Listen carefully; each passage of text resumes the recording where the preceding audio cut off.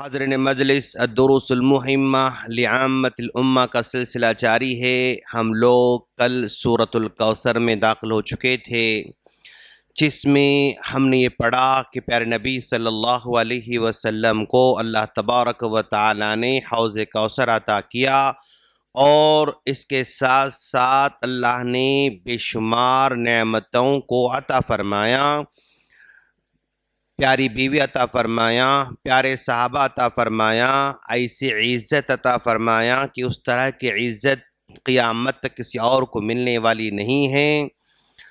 اور ہم نے یہ بھی کہا تھا کہ اللہ تبارک و تعالی ہر ایک کو بھی، یعنی ہم لوگوں کو بھی کچھ خاص نعمتیں عطا کرتا ہے۔ ان میں سب سے بڑی نعمت اللہ نے ہم کو ایمان عطا کیا، اور اس کے ساتھ ساتھ کبھی دولت کی شکل میں، کبھی ماں باپ کی شکل میں، کبھی بیوی کی شکل میں، کبھی بچوں کی شکل میں، کبھی پڑوسی کی شکل میں، کبھی کاروبار کی شکل میں، کبھی دوست کی شکل میں، اور رشتہ داروں کی شکل میں کوئی نہ کوئی ایک ایسی نعمت اللہ ہم تمام کو عطا کرتا ہے جو سب سے بڑی ہوا کرتی ہے۔ اور اس کے بدلے میں اللہ تعالیٰ نے مطالبہ کیا تھا فَصَلِّ لِرَبِّكَ وَانْحَرْ، کہ اب آپ کو نماز پڑھنا ہے اور قربانی دینا ہے۔ تو آج اس کے بعد والی آیتیں ہم پڑھنے جا رہے ہیں۔ اعوذ باللہ من الشیطان الرجیم، بسم اللہ الرحمن الرحیم۔ فصلی، پس آپ نماز پڑھیے، لربک، اپنے رب کے لیے، وانحر، اور قربانی کیجئے۔ ان شانئک، بے شک آپ کی شان عظمت والی ہے، هو الابتر، اور وہ دم کٹا ہوا ہے، اور وہ دم کٹا ہوا ہے۔ یعنی اللہ کے رسول صلی اللہ علیہ وسلم کے 4 بیٹیاں تھیں، اور بیٹوں میں سے سارے کے سارے انتقال کر گئے۔ جب قاسم کا انتقال ہوا، آپ کے بیٹے کا نام قاسم تھا، اور جب ان کا انتقال ہوا تو بہت زیادہ افسردہ تھے، بہت غم زدہ تھے۔ تو تانا دینے والوں نے تانا دیا کہ اب یہ تو دم کٹا ہوا ہے، یعنی اب اس کی نسل ساری کی ساری ختم ہو گئی۔ جتنے بیٹے تھے وہ سارے کے سارے بیٹے انتقال کر گئے، اب ان کی نسل آگے جاری رہنے والی نہیں ہے۔ تو اس وقت اللہ کے رسول کو بہت زیادہ غم تھا، افسوس میں بیٹھے ہوئے تھے۔ ایسے موقع پر اللہ تبارک و تعالی سورہ کوثر نازل فرما کر آپ کو تسلی دیتا ہے کہ ہم نے آپ کو حوض کوثر عطا کیا ہے، اور آپ کی شان تو بہت بلند ہے۔ جو آپ کو تانے دیتا ہے وہی دم کٹا ہوا ہے، اس کی نسل آگے بڑھنے والی نہیں ہے، اس کو کوئی یاد رکھنے والا نہیں ہے، لیکن دنیا آپ کی شان کو بہت زیادہ جو ہے عظمت والی ماننے والی ہے۔ اس طرح یہاں پر اللہ کے رسول کو تسلی دی گئی ہے۔ فصلی، بس آپ نماز پڑھیے، لربک، اپنے رب کے لیے، تو گویا اس میں اخلاص کے ساتھ نماز پڑھنے کا حکم دیا گیا ہے۔ وانحر، اور قربانی کیجئے۔ نحر کا مطلب یعنی اونٹ کو ذبح کرنے کا آتا ہے، ذبح کا مطلب گائے اور بکری کو ذبح کرنے کا آتا ہے، تو بیل کو ذبح کرنا آتا ہے۔ تو نحر یہ خاص ہے اونٹ کے لیے، اور ذبح جو ہے دوسرے جانوروں کے لیے۔ ان شانیہ کا، پیارے نبی صلی اللہ علیہ وسلم کی شان کو بتا رہا ہے کہ بھائی اللہ کے رسول صلی اللہ علیہ وسلم کی شان اس قدر بڑی ہے کہ اگر کوئی آدمی آپ کا یعنی نام بھی اگر نہیں لیتا ہے تو وہ مسلمان ہی نہیں ہو سکتا ہے۔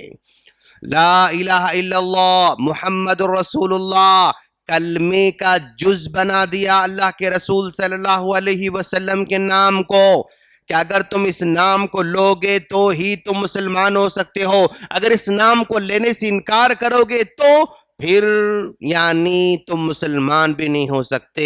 اتنی بڑی شان، اتنے انبیاء کرام، اتنے جو ہے رسولوں میں سے کسی کا نام یہاں پر یعنی شرط نہیں ہے، لیکن اللہ کے رسول صلی اللہ علیہ وسلم کا نام یہاں پر شرط کے طور پر رکھا گیا ہے، یعنی نام کلمے کا جز بنا دیا گیا۔ اور ذرا دیکھو آپ، اگر ہم اذان دیتے ہیں اس اذان کے اندر بھی اشہد ان محمد رسول اللہ، تو گویا 5 وقت مؤذن اللہ کے رسول صلی اللہ علیہ وسلم کے نام کے بغیر وہ اذان بھی مکمل نہیں ہو سکتی۔ ہمیشہ اور ذرا دیکھو آپ، یعنی پوری دنیا کے اندر یعنی مان لیجیے فار ایگزامپل یہاں اگر فجر کی اذان شروع ہو جاتی ہے تو پھر اس کے بعد دھیرے دھیرے سورج اگر آگے بڑھتا ہے، یہاں شروع ہوتی، یہاں شروع ہوتی، یہاں شروع ہوتی، یہاں شروع، یہاں شروع، یہاں شروع، ایسے ایسے ایسے ایسے 24 گھنٹے میں ہر پل کہیں نہ کہیں اذان کا ٹائم ہوتے رہتا ہے اور اللہ کے رسول کا نام اس میں آتا ہے۔ پھر ظہر کا ٹائم، پھر عصر کا ٹائم، پھر مغرب کا ٹائم، پھر عشاء کا ٹائم، یعنی 24 گھنٹے میں کوئی بھی ایسا ٹائم نہیں گزرتا جس میں دنیا میں کہیں اذان نہ ہو رہی ہو۔ کوئی 24 گھنٹے اللہ کے رسول صلی اللہ علیہ وسلم کا نام کہیں نہ کہیں جو ہے لیا جا رہا ہے۔ اور اللہ کے رسول صلی اللہ علیہ وسلم کو ذرا دیکھو آپ، اگر ہم اقامت کہتے ہیں تب بھی اللہ کے رسول صلی اللہ علیہ وسلم کا نام لینا ہوگا۔ کتنی بڑی عظمت والا بنایا پیارے نبی صلی اللہ علیہ وسلم کو۔ اللہ کے رسول صلی اللہ علیہ وسلم بیٹھے ہوئے ہیں، صحابہ کرام بیٹھے ہوئے ہیں۔ صحابی نے پوچھا کیف عرفت انک نبی یا رسول اللہ، اللہ کے رسول آپ کو کیسے پتا چلا کہ آپ نبی بن گئے، آپ نبی بنے، آپ کیسے پتا چلا؟ تو اللہ کے رسول صلی اللہ علیہ وسلم نے کہا اتانی ملکانی، میرے پاس 2 فرشتے آئے، مان ایکس اور وائی 2 فرشتے میرے پاس آتے ہیں۔ وانا ببعض بطحا مکہ ایک پورے شہر کا نام ہے، اس میں بطحا ایک چھوٹے پلیس کا نام ہے، بطحا ایک پلیس کا نام ہے، وہاں پر میں بیٹھا ہوا تھا۔ بطحا گراؤنڈ کا نام، میدان کا نام، چٹیل میدان کا نام بطحا ہے۔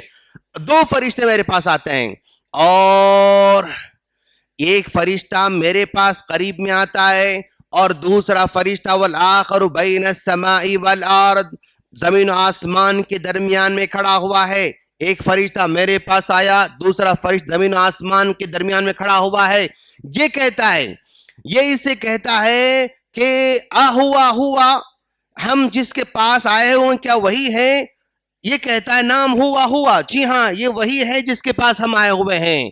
اچھا، تو کنفرم ہو گیا کہ ہم صحیح آدمی کے پاس آئے ہوئے ہیں۔ اس کے بعد اللہ تبارک و تعالیٰ کے حکم سے ایک فرشتہ کہتا ہے کہ یہ کہتا ہے کہ ایک ترازو کو لا کر کھڑا کر دیا جائے، ایک ترازو کو لا کر کھڑا کر دیا جائے۔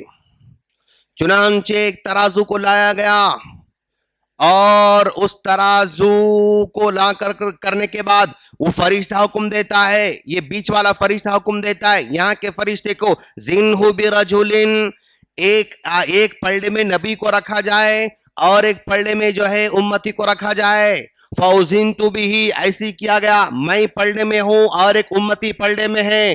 جیسے ہی رکھا گیا تو یہ امتی کا پلڑا ایسے ہلکا ہو جاتا ہے اور میرا پلڑا ایسے بھاری ہو جاتا ہے۔ امتی کا پلڑا ہلکا ہو گیا، میرا پلڑا بھاری ہو گیا۔ اچھا، پھر یہ فرشتہ کہتا ہے زنہ بعشرین، بھئی کام کرو، ایک کے مقابلے میں تب نبی بھاری ہو گئے، 10 کے 10 رکھو، تو پھر یہاں نبی ایک ہے اور یہاں پر 10 لوگوں کو رکھا جا رہا ہے، تب بھی یہ امتی کا پلڑا ہلکا ہو جاتا ہے، نبی کا پلڑا بھاری ہو جاتا ہے۔ یہ فرشتہ کہتا ہے زنہ بمئۃ، ایک کام کرو 100 لوگوں کو رکھو، تو اس پلڑے میں 100 لوگوں کو رکھا گیا اور اس پلڑے میں صرف نبی ہیں، تب بھی یہ پلڑا ہلکا ہو گیا اور یہ پلڑا بھاری ہو گیا۔ یہ فرشتہ کہتا ہے زنہ بألف، اچھا یہ کام کرو 1000 کے مقابلے میں تولو، تو پھر اس پلڑے میں 1000 امتیوں کو رکھا گیا اور یہاں پر نبی اکیلے ہیں۔ تو اللہ کے رسول کہہ رہے ہیں کہ 1000 لوگ جب اس میں رکھے گئے اور یہ پلڑا ایسے اوپر جا رہا ہے، میرا پلڑا ایسے نیچے جا رہا ہے، میں ایسے سر اٹھا کر دیکھ رہا ہوں، کانی انظر الیہم یلتفتون علی من خفت المیزان، کھچا کچ یہ پلڑا بھرا ہوا ہے، ایسے لگ رہا ہے کہ پلڑے میں سے لوگ نکل کر مجھ پر گرنے والے ہیں، ایسے لگ رہا ہے کہ لوگ پلڑے میں سے نکل کر گرنے والے ہیں، اس قدر ہلکا پلڑا ہو گیا اور یہ بھاری پلڑا ہو گیا۔ تو یہ فرشتہ کہتا ہے اچھا، 1 کے مقابلے میں تولا، بھاری ہوئے نبی، 10 کے مقابلے میں بھاری ہوئے، 100 کے مقابلے میں بھاری ہوئے، 1000 کے مقابلے میں بھاری ہوئے۔ لو وزنتہ بامتہ، بھائی 100,000 نہیں، اگر ساری کی ساری امت کو قیامت تک آنے والی پیارے نبی کی جتنی امت ہے وہ پوری کی پوری امت کو بھی اس میں رکھیں، نبی صرف ایک پلڑے میں رہیں، تب بھی نبی کا پلڑا بھاری ہو جائے گا، یہ امت کا پلڑا ہلکا ہو جائے گا، نبی کا پلڑا بھاری ہو جائے گا۔ ان شانئک، آپ کی شان ایسی ہے کہ بھائی اگر ایک طرف آپ ہیں، پوری امت ایک طرف ہے، تب بھی آپ کا پلڑا بھاری ہے، آپ کی عزت بھاری ہے، آپ کا مقام بڑا ہے، آپ کا مرتبہ بڑا ہے، آپ کا حکم بڑا ہے، آپ کی باتیں بڑی ہیں، آپ کی نصیحتیں بڑی ہیں، آپ ہر چیز آپ کی بڑی، ان شانیہ کا، اس قدر عظمت والی آپ کی شان ہے۔ هو الابتر، لوگ اگر آپ کو نہیں پہچانتے ہیں، لوگ اگر آپ کو تانا دیتے ہیں، لوگ اگر آپ کو دم کٹا سمجھتے ہیں اور آپ کی بیٹے سارے انتقال ہونے کی وجہ سے آپ کو تکلیف دے رہے ہیں، یہ دم کٹے، آپ کو ان کی فکر کرنے کی ضرورت نہیں، بس آپ کا مقام تو بہت بڑا ہے۔